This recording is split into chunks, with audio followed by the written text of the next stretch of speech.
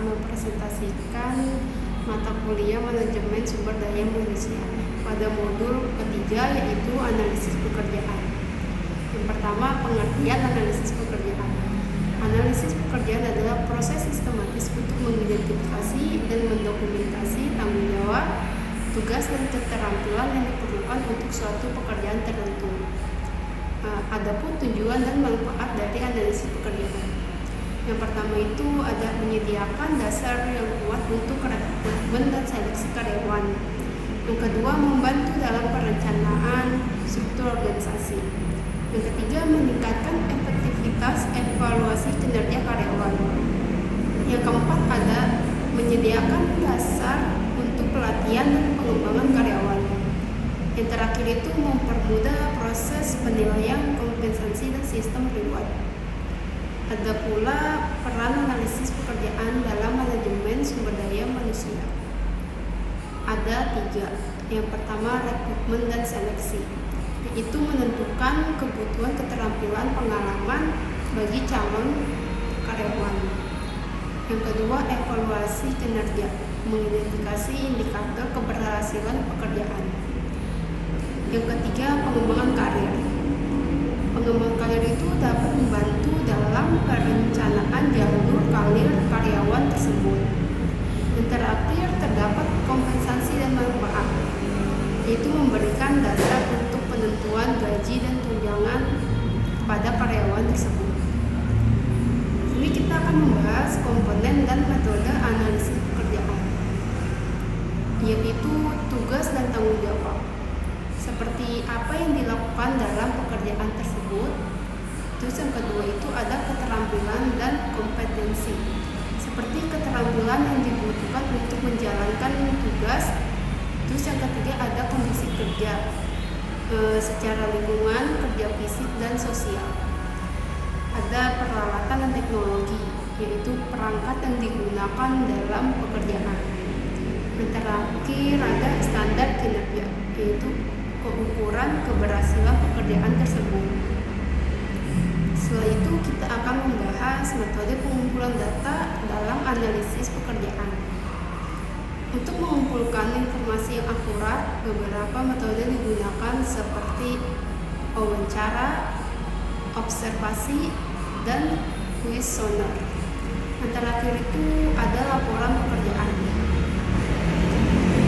Laporan pekerjaan itu berdasarkan catatan harian atau laporan aktivitas pekerjaan serta berguna untuk pekerjaan administrasi. Ada juga di sini kita membahas perbedaan antara analisis pekerjaan dengan deskripsi pekerjaan. Analisis pekerjaan itu proses mengidentifikasi elemen pekerjaan. Kalau deskripsi pekerjaan ini hasil dari analisis pekerjaan yang mencantumkan tugas, tanggung jawab, dan persyaratan pekerjaan. Di sini saya akan membahas proses analisis pekerjaan. Yang pertama itu ada langkah-langkah dalam melakukan analisis pekerjaan. Yang pertama itu kita mengidentifikasi tujuan analisis pekerjaan. Yang kedua, mengumpulkan informasi pekerjaan menggunakan metode yang sama. Yang ketiga itu analisis data dan penyusunan deskripsi pekerjaan. Ada juga validasi informasi dengan manajer atau karyawan terkait. Di sini kita akan membahas juga peran manajer dan karyawan dalam proses analisis pekerjaan. Ada 2, yaitu manajer.